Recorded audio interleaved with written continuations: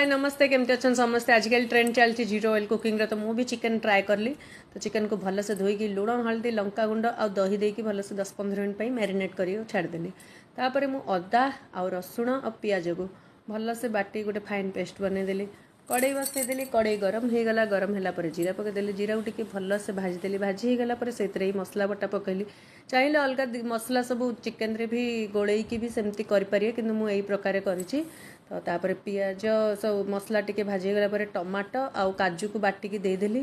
तो सब से पुणी आंध्र टी हलदी गुंड लंका गुंड कश्मीरी रेड चिली धनिया पाउडर चिकेन मसला सब देकी भलसे कषिदेली मसला जमी तले न लगे से मुझे पानी दे देकी भलसे मसला को कषिदेली आउ कसूरी मेथी भी टी पकईदेली कसूरी मेथीटा भलसे सब मसला कषिगला चिकेन पकईदेली भलसे कषि कषि अध घंटा पर देखो बढ़िया आमर चिकेन तरकारी रेडी हो गला